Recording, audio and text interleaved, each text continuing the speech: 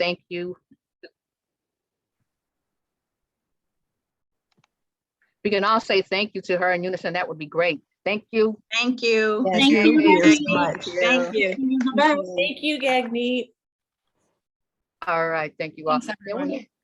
Now we have joining us a very capable young lady. I've known about her just through the community over the years, and I've spoken with her mostly by email over just the last week, and I want to give her a warm welcome and let's say hello to Ms. Mina Spivey. She is our new clerk for the Women's Commission and will take over all of the duties that Gagneet has been doing for us. So let's give her a grand hello.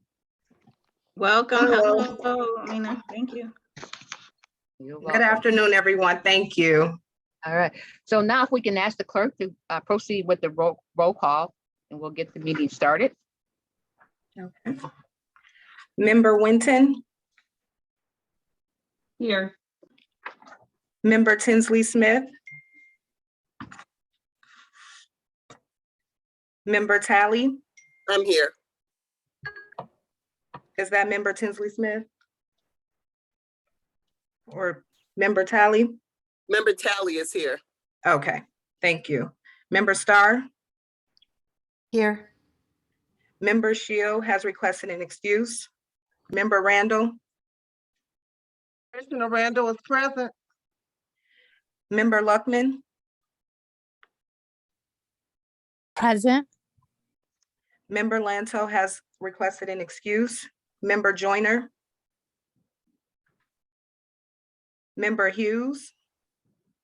Present. Member Gator? Present. Member Garcia? No lunch hour. Member English Barnhill? Member Douglas? Present. Member Daub has requested an excuse. Member Crawford? Present. Member Cash? Vice Chair Roberts? Present. Chair Carter? Present. You have a quorum. All right, if we can now have an approval of the February 10th, 2022 minutes, that would be, if we can get a motion to accept. So move. Someone can make the motion. It was Yes. moved and supported. I'll Okay. support. Okay, thank you. All right, so all in favor, say aye. Aye. Aye. All that are opposed, say nay. Are there any abstentions? All right, so we'll move right on to, I'll let the clerk move me to the next item. Item C, Chair's remarks. All right, going to make them real brief today. We have a lot of exciting information that members will be sharing today, so I won't keep you long. I just want to say that we're all in motion in our committee work, and I am very happy that in fact the chairs and the vice chairs and committees itself are very pleased with the progress they're making, and they have exciting news to share today. We have two guest speakers, and as we get to that point, it will be announced by the chair of our Economic and Housing Committee. That particular committee, I'd like to move them up in the agenda if there's no objection, as the two speakers that are here on their behalf are under some kind of time constraint. So we would like to do that so that we can hear the good news they are going to bring us today. Do I have any objections to that? Okay, all right, so because I think their time frame is 12:30, 12:45, let's bring them up to the remarks section where our commissioner and chair, Alicia Bell, would have spoken. I did speak with her today, and she is not going to be present today due to a funeral. So we'll replace that with that, and then we'll pick up the agenda from there and move forward. I said, so we'll go ahead and have the report on the COVID-19 recovery response committees, starting with the Economic and Housing Committee led by Committee Chair Hughes and Vice Chair Crawford. Okay. Okay, good afternoon, everyone. Good afternoon. Thank you. Okay, so as we have an agenda today to discuss the resources that are available to our Wayne County residents as it pertains to housing. And we have, of course, several speakers today. And my portion of what we're going to discuss right off the bat is in regards to the housing assistance as it pertains to the Michigan, the home ownership side of the housing assistance that's available. And we will discuss later as it pertains to rental.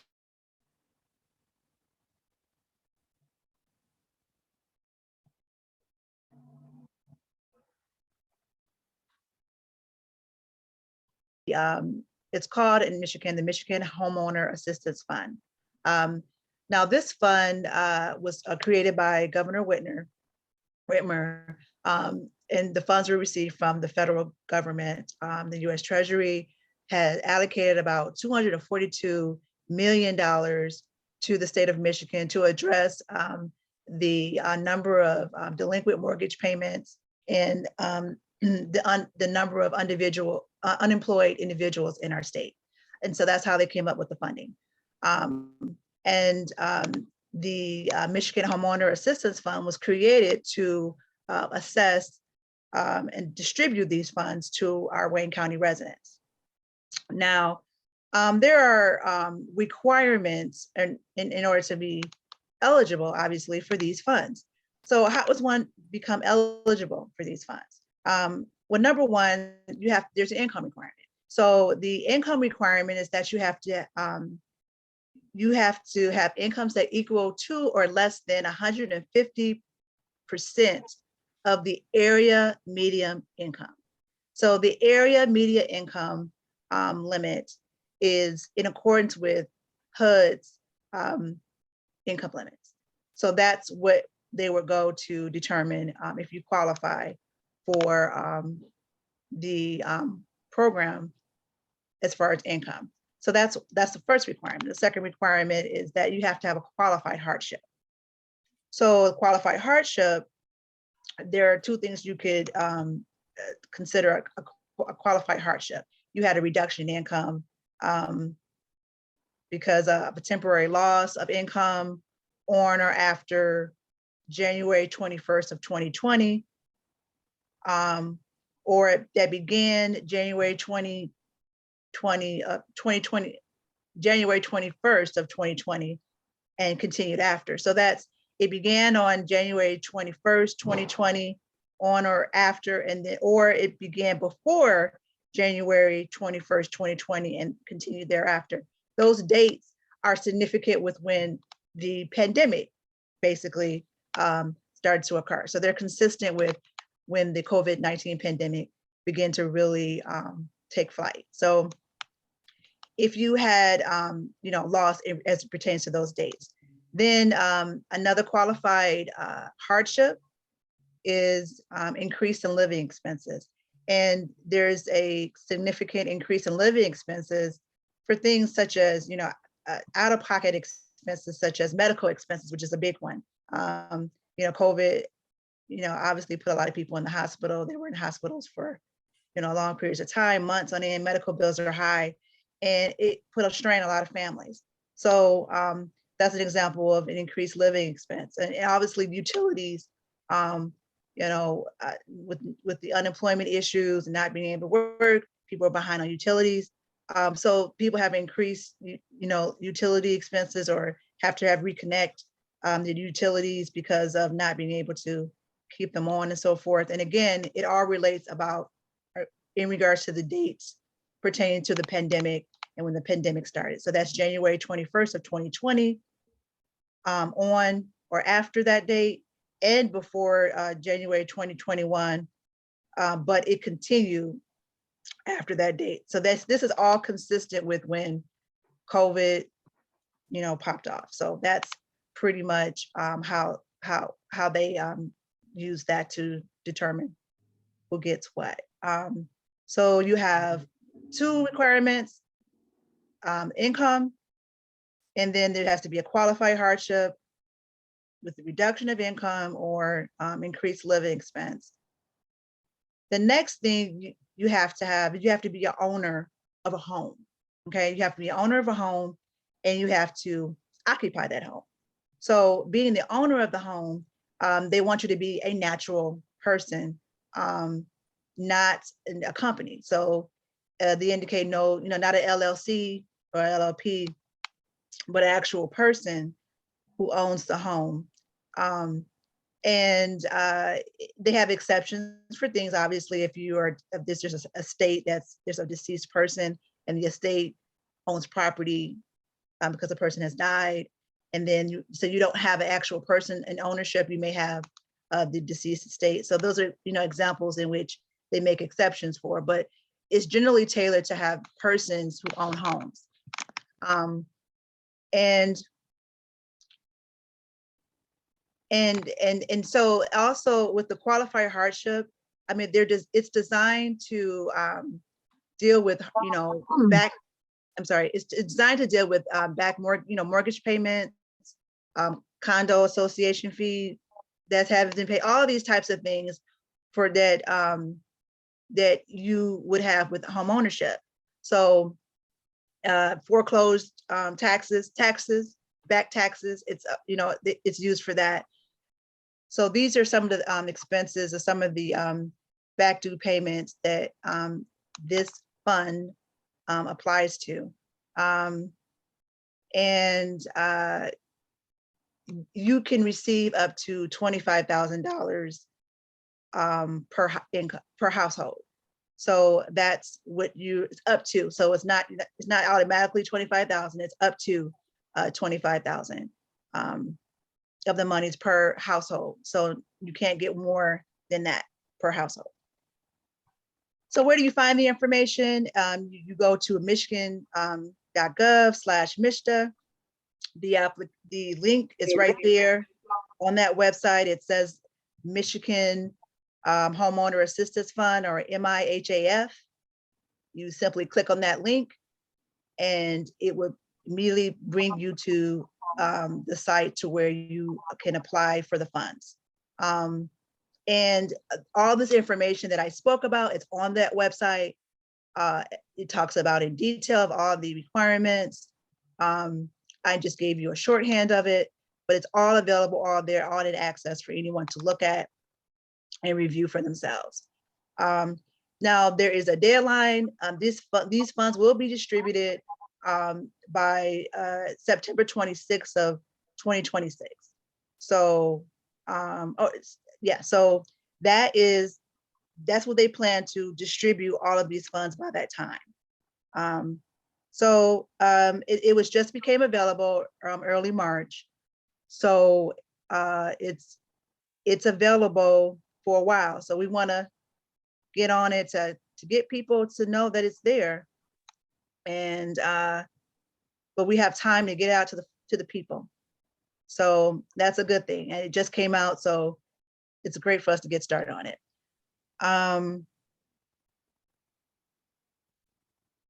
And so that is the conclusion of my portion of my presentation regarding the housing assistance. Thank you very much. All right. Good evening or good afternoon, wonderful women of our Wayne County Women's Commission. As a grassroots person, I am pleased to bring in two of my fellow boots on the ground mates, Jim DeWhite and Tanisa Saunders. I'm going to start with Tanisa Saunders and I'll go to Jim. Hi, Jim. Basically, in short, Tanisa Saunders is going to speak to us about rental assistance availability, housing committees for renters and tenants, Sarah and ARP, what's going on with that and what's next. It's very important that it's addressed. And who is Tanisa Saunders? Well, she's been with Detroit Action since 2009. She's a housing organizer from the grassroots sector. In short, because you can go to Detroit Action and really see a full bio of Tanisa, and I don't want to, limit her time and with a full bio, but Tanisa is amazing because she's always seen working with tenants and those who need housing assistance on the city, state, and federal level. So Tanisa is going to give you a little bit more of what's to come and what she does, and I could not be more proud to have a great person who has trained me next to Jim in what I do in regards to housing. So I bring forward Tanisa Saunders. Hello, everyone. Good afternoon. My name is Tanisha Sanders. I go by T. I am Detroit Action Renters and Tenant Organizer, but I'm also a community activist since a knee high to a buck. Like my grandparents had me out there when I was 3, 4, 5 years old. So I've been in Detroit since 1973. And then basically, I watched my parents go through their union fights. They're going to neighborhood legal services for situations and more. And what I'm here for today is to talk about renters and tenants. Now, I do want to ask you guys, I got to do a volume check. Are you guys hearing me clearly? Because sometimes they go out. Very clear. Yes. Thank you. Yes, I can hear you. Okay. So I really work in Detroit, but I also have little projects where I work across Michigan, and I also work with the federal, with renters and tenants through an organization called Center for Popular Democracy. And with that being said, we keep a lot of data on spreadsheets of the community and people that I talk to. I deal with all 7 districts in Detroit, and we know that a majority of them go to United Community Housing Coalition for their rental assistance, but there is a Wayne Metro located in Detroit also. So that's where the located services are for us. But as I talk to more people, Wayne Metro is located in Taylor also, which should be the rental assistance for Wayne County also. It's things that, like, I got 5 minutes, but it's things I need to talk about that basically a lot of people, they apply for rental assistance, but because the way the link was made, we found out that there was problems in the link. We found out it was 2 different links out, and we found out a couple other things, and that's because we wasn't door knocking, we were phone calling, phone banking, because we only door knocked a little bit during COVID, shut down when the numbers went up, open back up, and we're working to open back up again. So we had to do phone banking. And once we talked to the community, we noticed that, again, majority was going to United Community Housing Coalition in Wayne Metro. Well, with CARES, C-R-E-S, they had $12 million. It expired December 31st, 21, and we had $800,000. Well, they had $800,000 left over. And so we had to make sure we dug into the community, make sure they show up to the city council and demand that money be rerouted to United Community Housing Coalition. So they did get that money back for rental assistance. Right now, CERA, C-E-R-A, CERA expires March the 31st, 22. And we got this number 3 weeks ago that we were in a danger to lose $18.7 million to go back. And we found out through talking to the members, people doing applications, is because people don't know how to upload documents right. Certain things was going on. And by the mass amount of people needed rental assistance, they was just throwing their application to the side.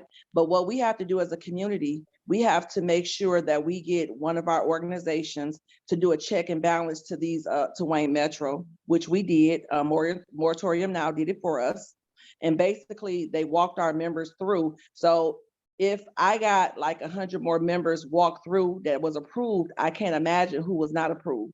So we are in risk of losing $18.7 million on March 31st, 22. And I'm going to have to again dig into the community so they can ask for this money to be reallocated back to housing.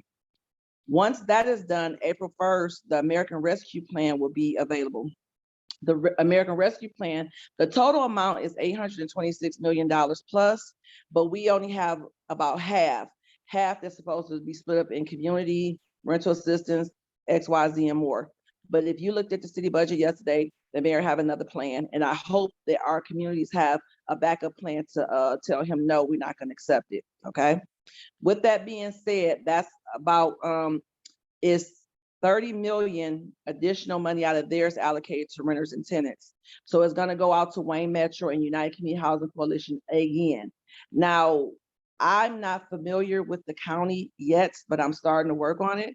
That I don't know how they switch up how their government hubs or the places that disperse the money, okay? Like United Community Housing Coalition and Wayne Metro. When I started looking at Wayne County and all the cities you got, Wayne County and all the city that you have there, I was lost. So you have a project for me to look at now that's dealing with housing. But what my advice to you guys is that make sure you get people to phone bank and see if their applications are going through, making sure they have the proper links to them. Okay. I'm sorry, I gotta take a deep breath. Okay. Then the emergency rental assistance program in Wayne County, I just started getting familiar with it because again, my areas is in the 7 districts in Detroit, but I do get phone calls from other people, or I've been in the space with other people that need it. And so we should be well versed that what you have in the county, what you have in the city, and what you have in the state. So that's something that I'm challenging myself and my members too. Now, again, the American Rescue Plan, we will have it for 1 year. It's gonna expire April of 23, the last day. So these are what my committee have studied, researched, and came up with. And Detroit Action, what we do, I have a renters and tenants meeting the first Tuesday of the month.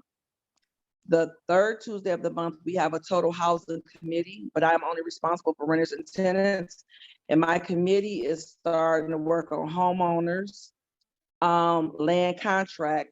Because if you didn't know, ARP is bringing out money, has sent money out for land contract people, which never was acknowledged before. But since I work with Center for Popular Democracy, soon as COVID happened, I kept yelling, what are we gonna help? How are we gonna help the land contract people? How are we gonna help the people that's not homeowners nor renters? So the first 2 rounds of money, they didn't get any help, but this third round, they do have a link in ARP that's for land contract. And they're not gonna tell us this, that's why I'm bringing it up. So I need you guys to make sure whatever city you're in, how are they helping you with the land contract people that's been looked over for many, many years?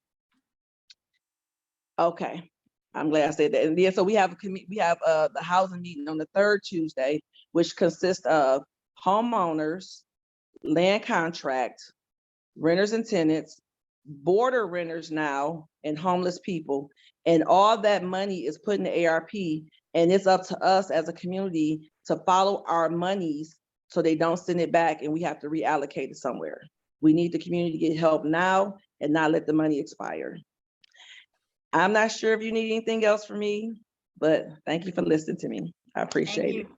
Thank you, T. We have one question, and please stay, because I know Jim is coming up next, and you mentioned how it's very important that Detroit is the hub, but Wayne County, because we represent the Wayne County Women's Commission, how it's important to tap into other areas.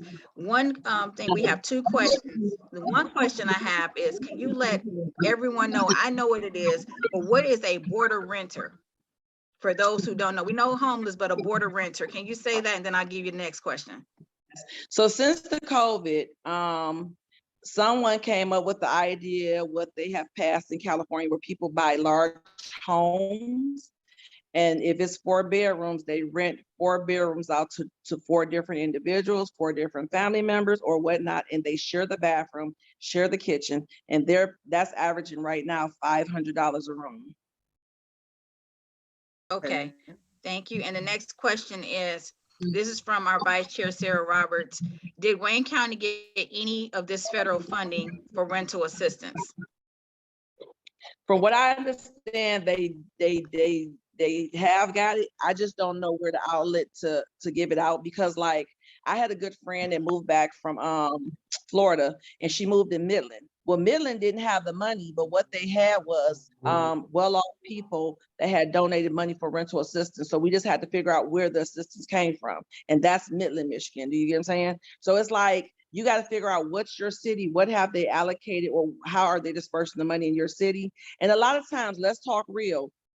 We want to, I mean, you know, they want to help us. They want to act like they helping us, but they don't help us. They only help us at a percentage because we are uneducated in the community. Okay. And actually, that's okay, I'm sorry, I actually, well, I thought with regard to the funds and whether, who's receiving them, I thought maybe the state website had a list of all the agencies that are receiving them through the counties. If they do, you should educate your people to get a hold to them, because we get several calls a day from people. How do I get rental assistance? And if it's not right there in your face, if I'm only taking care of Detroit and 7 districts and I don't have the other numbers, they're going to try to go look at it on the website. And most people do not know how to use the internet like we think they should. Right, and so we can make sure that they get access. So that's an excellent point, Tanisa, thank you. Well, a great excellent point is if you can start sending them a video how to use like a QR code or how to use a link. If you simply send that out to people with what services is, people will get services because they just don't know according to their city. Right. All right. Well, thank you so much, T. We have to bring up Jim because I'm looking at the time. No, hold on. Don't leave yet, T. Don't leave. I'm still on here. I'm still on here. Okay. All right. Thank you. All right. So now we're going to move over to Mr. Jim Dwight.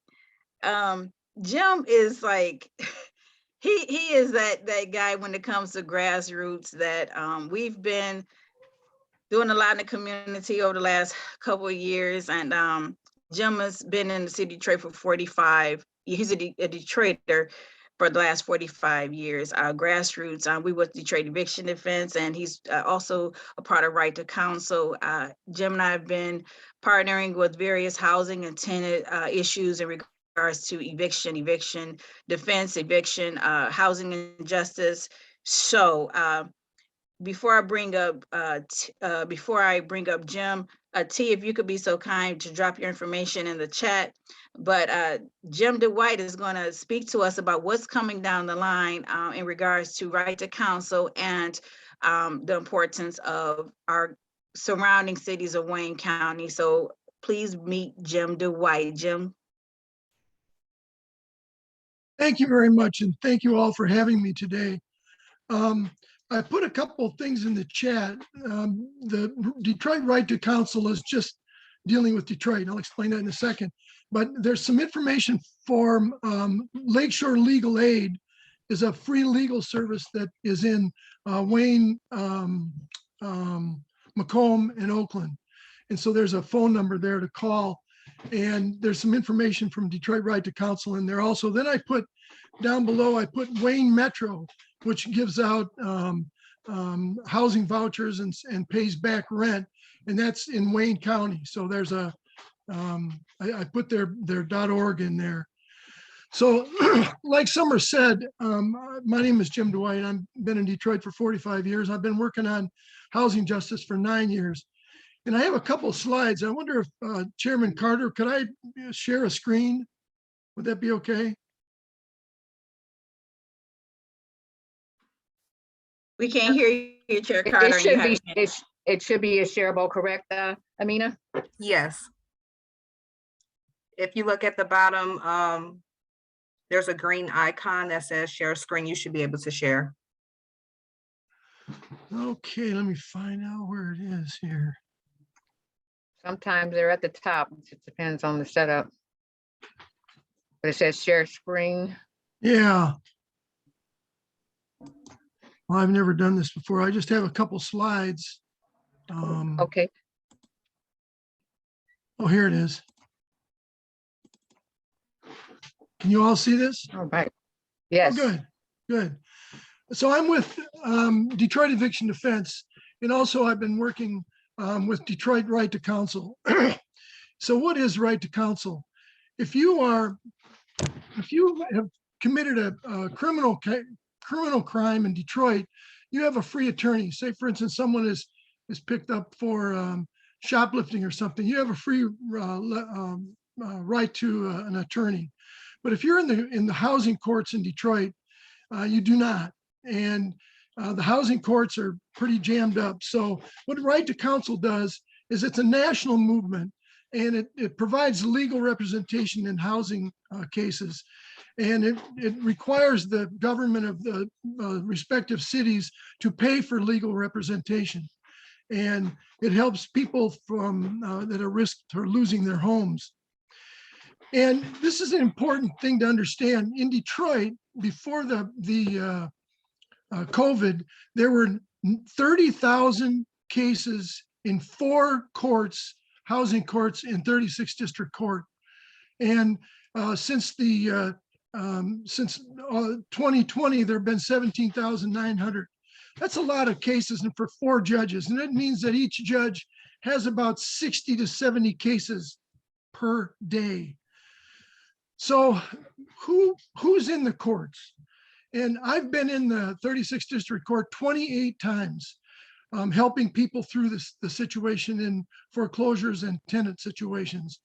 And it's about 80% Black women stand in front of a judge. So what happens at 36th District Court is that the judges have too many cases. They cannot talk to the tenants. The tenants, 8% of the tenants have an attorney, 93% of the landlords have an attorney. So there's always a landlord attorney. So if a Black woman is standing there in front of a judge and says, well, I didn't pay my rent because there is a leaking roof, because there is a leaking basement, because there are problems, the furnace is out, I have no hot water. The judge doesn't have time to go back and forth in a he said, she said situation. So they always say, you must get an attorney. Well, there are free legal attorneys out there, but often in the courts, they don't tell the people that there are free resources there. They just say, so you have 10 days to come back with an attorney. That's it. We'll see you later. So the Detroit Right to Counsel did a study in Detroit from the Stout group. And we found a lot of information about Detroit that is a data that we can use to present to the Detroit City Council of why there is a need for right to counsel. And one thing I thought was interesting about the study was in the last 10 years, as many as 24,000 Detroit residents have left Detroit following an eviction filing. And that means they just left the city. So we are asking for the city of Detroit to pay $17 million a year to fund attorneys to represent poor Detroiters in the housing courts. And we found that individuals facing evictions are 18 times more likely to stay in their homes when they have legal representation. So are there any cost benefit analysis there? Yes, there is. The Stout report, which the Stout report did a report on New York, San Francisco, Baltimore, I think even Toledo. They did a report to help the right to counsel in those cities. And it is in 13 cities and in 3 states provide right to counsel to people in the housing courts. It's estimated by the Stout report in Detroit, we would save $58.8 million if there was right to counsel that protected all people in the housing courts in Detroit. So I want to give you an example. Well, I guess I did. What I'll do is I'll end this here because there's a time constraint. So if anybody has any questions.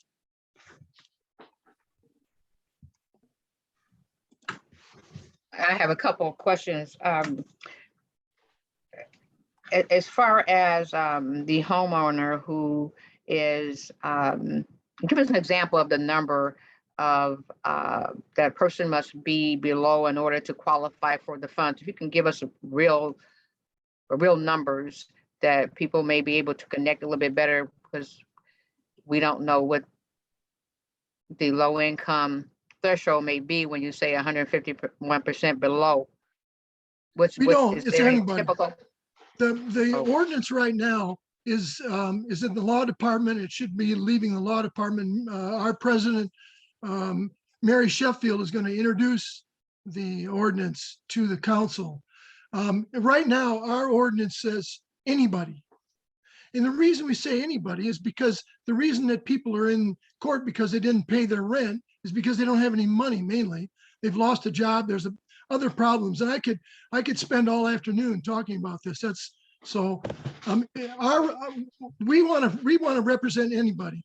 And as many times as I've been in court, I have never seen anybody in 36th District Court. Now, it's like I say, I've seen hundreds of people go through there waiting to, we wait to support someone. And these are all poor people. These are not people that are living downtown Detroit, say, in some of the high rises down there. They don't get, there's virtually no eviction cases. They just leave or whatever. I don't know. Because we have the data, all of the current data from 36th District Court and the ROAs, we have access to that data. All of it. Does that Now, would answer your this also- question, Chairman? It did. Chairwoman? Does this include people that had hardship during that time period you discussed, who may be back to work? However, they're Yes. still trying to climb back out. Are those people covered in this Yes. And- project? and I'll give you a quick example, is that, so there's a person standing in front of the court and they have an attorney. The tenant has an attorney from a free legal service, and the landlord has an attorney. Those two attorneys can now negotiate.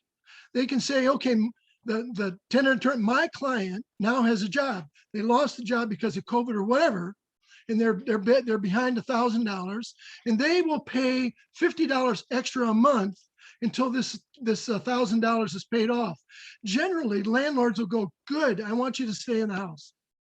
So that's the reason that in a tenant cannot, they can't do, they just, there's no capacity for tenants to negotiate with the landlord without an attorney. Thank you. Are there any more questions of either of the guests? I see member Douglas has her hand up, and then I know member Tally is next. Thank you, through the chair. I was listening during your presentation, you were talking about how if the tenant goes to court and the judge does not say that this service is available, is there a reason why they don't do that? Are they required to do that? Or is there a way that we can get them to, because when you go in for a criminal case and you're standing before a judge and you don't have an attorney, they always say that you are entitled to representation. Why are they not doing that in this case? That's Well, partly because there's a time constraint, and they're so overloaded that many in the judges do switch. They're not the same 4 judges all the time. Because in the judges in 36th District Court go from court to court. They'll spend 6 months sometimes in the housing courts, and then there's a new judge, and they just don't know this. And so they could say something to the person, but here's a person standing there with no notes, no way to write anything down. They can say, well, you should see an attorney, call up the United Community Housing Coalition. Okay. And then they leave the court, and what do they say? I'm poor. I can't get it. Who do I get for an attorney? And they may have someone they know who is an attorney. They may be a contracts attorney. The housing attorneys are specific. There's a whole, raft of housing law that they would have to know, because listen, the landlord attorneys know all that. So does that answer your question, Ms. Douglas? Yeah. And then just a follow-up, what can you suggest that we as a commission or we can do to assist to get the information there, especially as they're standing there? And I know it's a lot of confusion and they're trying to just figure out how they can stay in their home and what do they do next. And the fear of, I'm sure the fear is overwhelming for them, saying what do I do next? And where do I go when, you know, if I'm put out of my house? So how is it that we can assist to get that word out then to them as they're in the courts? That's a good question. This would be after COVID, when people are actually at the court in person. Right now, it's all Zoom. So during Zoom, they do send out notices to people. You know what I mean? If you are coming into if you're being evicted and the cases are processing, the courts do send out information right now with that, the Lakeshore Legal, UCHC, Wayne Metro. They do send that to people in mail, which is a good thing, because at this point, there's, as Ms. Sanders said, there's available money from Sarah to pay back rent, thousands and thousands of dollars of back rent they can get paid right now.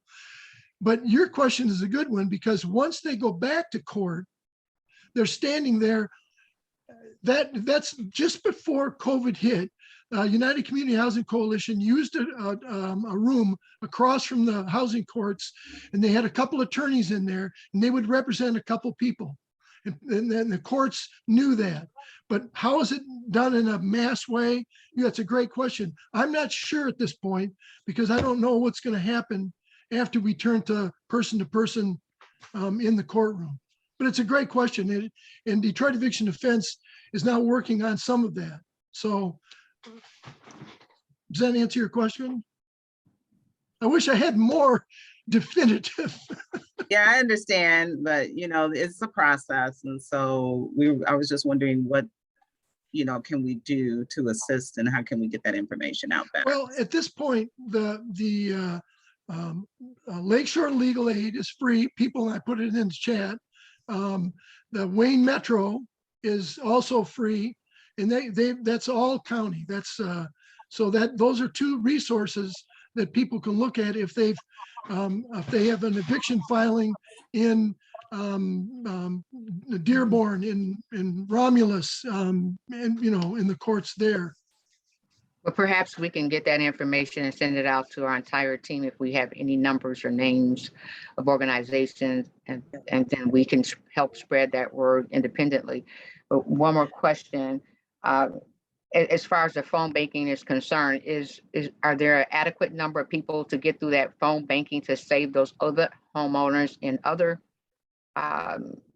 instances? And then in other areas that do not have phone banking, is that something that our housing committee is looking at? I could speak to that. I mean, that's something we definitely we'll look into, that basically the implementation of getting this information out to the public. So we are, our committee is working on trying to think of different ways to get the information to the public, you know, getting people together, a coalition of potential law students and attorneys. We're just trying to figure out the mechanics of how to get that going, so that we can get it out to the public before we bring it to the Women's Commission to discuss. But we definitely are thinking that our minds are turning in that direction, because we know that there's a problem out there, and you need people on the grounds to get this information, to get these applications processed so that people can get the monies, so they can stay in their homes. So we're aware of this issue. So we're definitely working on trying to address it. Also, And by the Chair way, Carter. I've worked with Commissioner Bell. She's my commissioner, my county commissioner, and I've worked with her for the years, and she's done great work in housing justice. So she's another great resource, and I have tremendous respect for Commissioner Bell. Thank you, Jim. And through the chair, Chair Carter, I know we have taken, our committee has gone over our time limit. T had a small comment, and then Member Talley wanted to come up. We know that this is so important. So again, we're asking forgiveness to our wonderful, amazing group. But really quick, if T can have the last comment, and then Member Talley, and then after Member Talley, of Jim and T, you know, if I know you have to leave to do the other obligations, but Member Talley is going to speak and put in a request. But T, if you can speak, and then Member Talley to follow. Thank you. Yeah, Smalley, something small. One thing that has worked with my organization is that because we are an organization that our 501c4 is a voting entity, we were able to use the van and just call people, every last person in each district, and just say, hey, are you a homeowner? Are you struggling? What's going on? That's the type of phone bank you have to figure out what it is. And then you're going to find out how many houses out here are in great shape, bad shape, deplorable shape. And then we have to also take considerations that there were slumlords before this situation, and now there are slumlords, and I just made that up, slumlords, you know what I'm saying? But there's good people out here, and we need to acknowledge them to get help too. So we got to interact with the landlords too. So however you do your phone bank, that's just a suggestion. Thank you. Thank you. And I'm going to go ahead and intervene here. And again, as Summer said, we want to just ask forgiveness because we did not plan for it to go this long. So please forgive us. But keep in mind, we were one of the last committees to present. And then we had extenuating circumstances because as we talked at the last meeting, we just kind of formed since the last meeting as coming together as a whole. So please forgive us. But one of the other things I saw Sarah put out there pertinent to Wayne County, we definitely understand this is a Wayne County commission. We wanted to bring the information we've been discussing so that you guys will know what we're doing and what we're working on. We're going to flush out the Wayne County pieces, but just so you guys will know what's out there and what's going on in Detroit, you know, it's going to be relative to Wayne County as well. And so the other thing we're talking about as well too is doing a resolution. They're working and everything is focused to Detroit, but we're going to use that as our template, you know, and it's stuff out there. And again, we're flushing this stuff out for Wayne County. We just need you guys to hear because we are new, you know, want you to hear what we're working on. We don't want you to think we ain't doing nothing. We working. So we brought these presenters here today so y'all know what we're working on and clear on what we're working on as a subcommittee.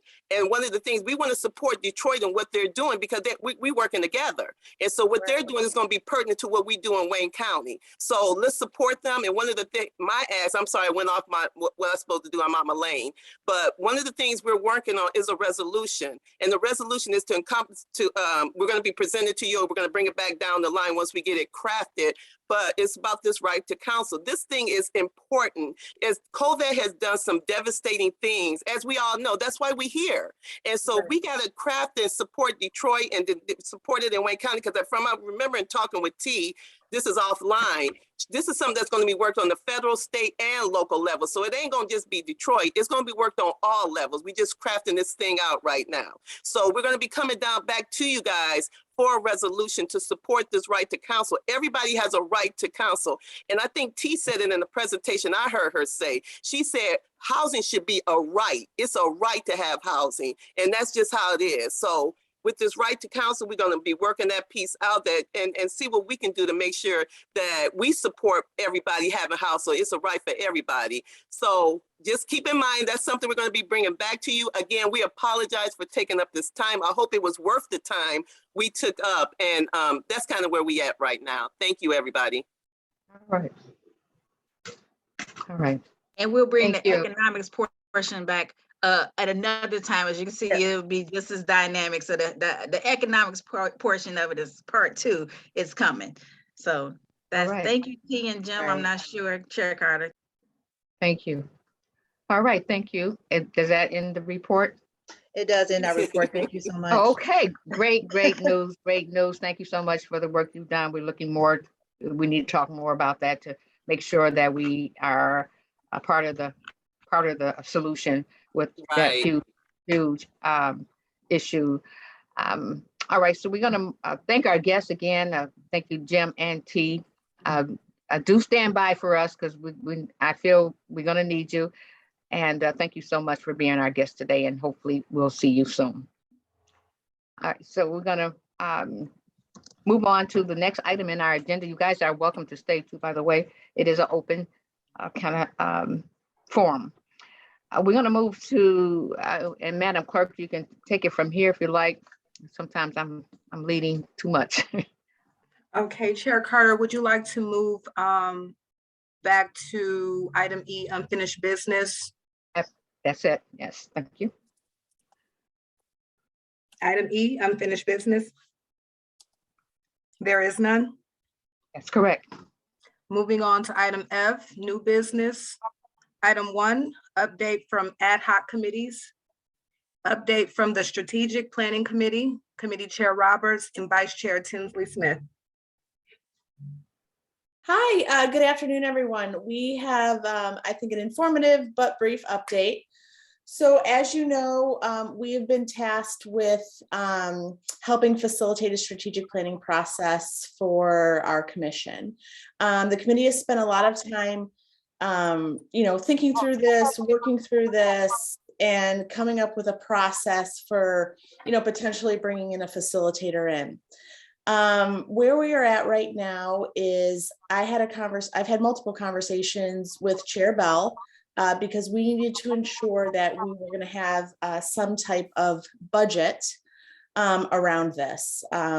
Although we could potentially ask someone to donate their services pro bono, I know that I think the majority of us on the committee and others that I've spoke to on the commission believe like we would want a female woman presenter or facilitator, and too often women get asked to do their professional services for free. And we believe that if we can pay them for their professional services, we should do that. So a conversation ensued with Chair Bell and I, and then we talked about this in the committee, which was we were given a budget by Chair Bell of how much money that we can spend, and how can we do the most with the budget that we have. So in committee, and Chair Bell and I also discussed this, was the idea of doing a Wayne County Women's Commission retreat, where we would take a Saturday or a Sunday and sit down from maybe 10 to 2 or 10 to 4, and take a little bit of time to get to know each other a little bit more, be really, review our mission, vision, core values, and then have this facilitator come in and help us think through, how we want to move forward with the committee work that we're doing, with other issues that we may want to work on, and helping us put a plan together. So Chair Bell is very supportive of that, and our committee is supportive of that, and we passed a motion, and I'm sorry, I don't have the motion language in front of me, but it was essentially that our committee on behalf of the Women's Commission would organize this day retreat. And so when I finish with the report out, I'm hoping that we can put that forward in a motion and get support from all of you so we can start organizing this. Chair Bell had a recommendation for a facilitator that she had actually used when she became chair of the Wayne County Commission, and she held a day retreat for all of the county commissioners. She's also in what's called like the procurement system, like the vendor system for the county, making it easier to retain and pay someone once they're in that system. I reached out to this particular facilitator, and although she was really wonderful, she lives in New York City, and she's also way outside of our budget. But she very kindly provided 2 more recommendations. And I checked in with Chair Bell to make sure that it would be okay to reach out to them since they are not currently in our vendor system. And she asked me to do so. So at this time, that's where we are at, looking to see if we can actually secure somebody who's within our budget so that we can then work out some details. But ultimately, as a committee and Chair Bell's input as well, really felt we would like to organize this day retreat for us to all get together. But we need the commission's support and able to do that. So that is the report that I have. And are there any questions? Or if not, I would like to make a motion. Sarah, is there a tentative date for the retreat? I did speak to Dr. Chair Bell about this idea. I think it's an excellent idea. It will get us in the same room and give us time to work through our thoughts and our ideas together collectively, because we're all over the place and we're on Zoom, and that's not the best place to always get things done. Yeah. Well, Do you have thank a you. tentative date? Yeah, thank you so much for that support and those kind words. We, I think we talked about a couple of different dates, but I think we're probably going to look into early May, but it's also going to be dependent on the Availability. facilitator. Yeah. Okay. That's all I have. Anyone else have any questions or thoughts? Okay.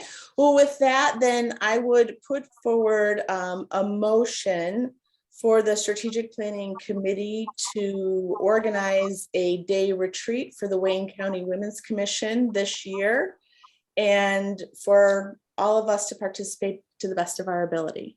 And this would ideally be in person. So move.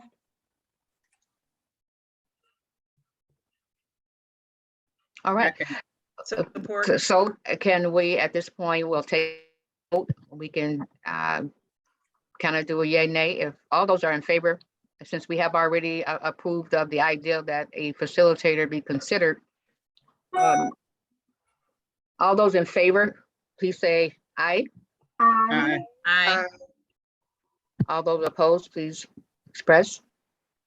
So.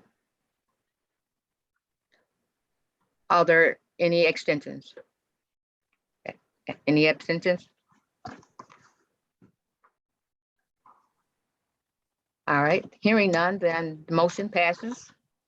Awesome. And just the last thing I would say, thank you so much. I think this is going to be, I think it's going to be really, really great for the commission. So my goal is to reach out to these two other options by Friday. If any of you know a facilitator in the area that would do this kind of work, please feel free to reach out to me, or really any member of the committee. And you know, we can put them into consideration as well. And so once we have that finalized, our committee can meet and start working out the details, and we will absolutely keep the whole commission up to date on what we're doing. Thank you. And Member Roberts, does this now revert back to the process of vetting that we talked about earlier this year, where you had some kind of a form to complete? Are we reverting back to that process if you have recommendations for facilitator? Yeah, I mean, I think we should talk about that as a committee. I mean, I would say yes, but honestly, it may come down to we might only have one option. Oh, so right now, the Chair Bill has asked us to stick with those two recommendations. Is that what I'm hearing? She said to definitely reach out to them. And so I will do that by Friday. So if we need any additional, maybe I'll send out an email, but let's start with those two. Yeah, that helps. All right, Thank thank you. All right, we can proceed. Clerk, Madam Clerk. We are still under new business, item F2B, Education and Child Care, Committee Chair Randall and Vice Chair Shield. Morning, can everyone hear me? Yes. Thank you. I'm Dr. Regina Randall, Chair of the Education Child Care Committee. I served 31 years in Detroit Public Schools, and I retired as principal. Currently, the Education Committee, we are still looking at the National Education Foundation classes, and we're looking at the new program that Google is offering called Google Certificates. Now, the National Education Foundation are actual classes that we can provide to actual school-age middle and high school students. Google certificates are a little different, but the program is really, really wonderful as to what kind of jobs individuals can get as a result of having these certificates. We are also considering partnering with Wayne County Community College to bring the Google Certificate program to Wayne County. Our next steps are, how do we select the schools or districts that we want to work with? This concludes my report. Thank you, Madam Chair, for the opportunity to serve. You're welcome. Are there any questions or comments? Hearing none. Madam Clerk, we can move to the next item. Moving to item F2C, Mental Health Committee, Committee Chair Gator and Vice Chair Garcia.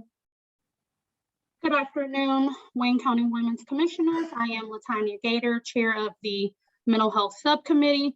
My report out is very short and very pleasant, I hope, to you all. Our Mental Health Subcommittee is well on its way. The media is in full swing. The press release has been released as of last week. Again, Member Lanto took the time to create the graphics and the flyer for that event, and those have been shared on many networks, including Facebook, Instagram, LinkedIn, and word of mouth. And I looked at my data today, and it's reached well over 2,000 people. So I am hoping that that means we have a full house on that day. Again, I thank you all for supporting that event. I know Chair Carter emailed us at the beginning of this week with those details, asking that we all share it to our respective networks as well. So I hope that we have your blessing in doing that. If you guys have any questions about that event, my name and my email address, and you guys have my number, please, please, please reach out to me so we can, as a collective body, make that event a success. Thank you so much. And does anyone have any questions? I see the hand of Vice Chair Roberts. Hi, thank you so much. So definitely got the flyer from Chair Carter's email, and I appreciate that so much. And I will work on getting that sent out. But I was also wondering if Wayne County can share the press release with all of us. I have some local media like the Grosse Pointe News and the Grosse Pointe Times that I could potentially share that with if it's not already on the list, or I could do a follow-up. And maybe some of us have some of those contacts as well to try to get it into some local media outlets. Valid point, Vice Chair Roberts. Chairwoman Carter, in that email that you sent, I believe, was it the press release included with that? If not, maybe we can work together to get that shared out.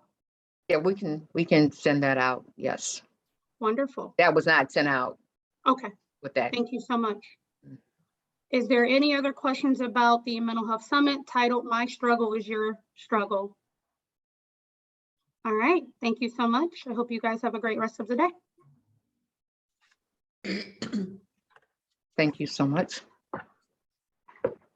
All right. If are there any questions, comments? If not, Madam Chair, Madam Clerk, I'm sorry, we can move on to the next item on the agenda. Item F2D, Physical Health Committee, Committee Chair Joyner and Vice Chair Tinsley Smith.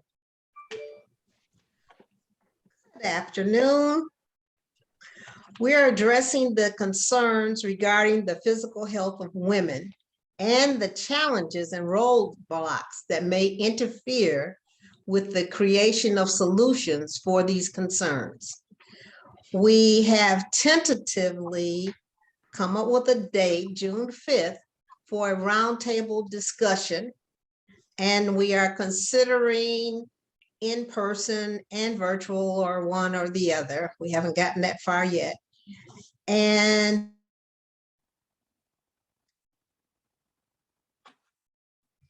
to be involved in our roundtable. Thank you. All right. Thank you for that update. Are there any questions or comments regarding her report? All right, thank you so much for that update. Looking forward to your activity coming up this June. Madam Clerk, please proceed. Item G, such other matters as may be properly submitted before the commission.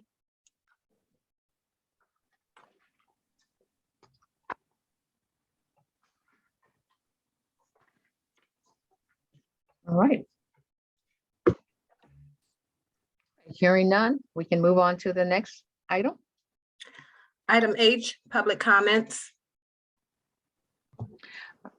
At this time, we invite you, whether you're on the telephone or on the Zoom call, to make any comment at this time. Go ahead. I'm recognizing Member Crawford. Okay, public comment. Just wanted to say, great meeting. We want to take this time to also wish a happy belated birthday to our chair, Carmen Carter, as well as Dr. Rando, and anyone else who have been celebrating at this time. And this is Women's History Month. Women, you know, we are great, and please go out and celebrate in your respective communities. Do something amazing. Thank you to our guests and those who are also in the public. Please remember to continue to be strong in who you are. Thank you so much. At this time, I would, someone's before me. At this time, is it all right? I would like to share Mother to Son by Langston Hughes. Proceed, please. Well, son, I'll tell you, life for me ain't been no crystal stair. It's had tacks in it and splinter and boards torn up and places with no carpet on the floor, just bare. But all the time I've been climbing on reaching landings and turning corners, and sometimes going in the dark where there ain't never been no light. So boy, don't you turn back. Don't you sit down on these steps, cause you find it's kind of harder. Don't fall now, for I still going, honey. I still climbing, and life for me ain't been no crystal stair. All right. Thank you for that lovely poem. Is there any other public comments at this time, whether you're on the phone or a visitor or otherwise? At this time, you may provide us with a public comment. All right, hearing no other comments, we can move to the next agenda item, Madam Clerk. So Chair Carter, we did not receive any email comments. All right, thank you.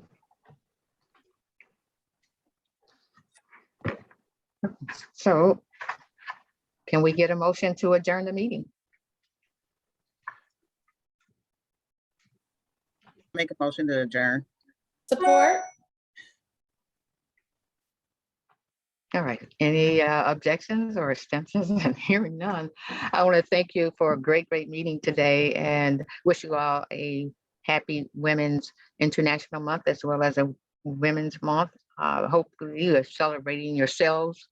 And I think we have a lot to celebrate, just what we're doing with this committee, to encourage you to continue the work that you're doing. And I think all of these are off to a very great start. Thanks again, and I'm looking forward to seeing you next time. Thank you so Good much. weekend. Bye. Thank you.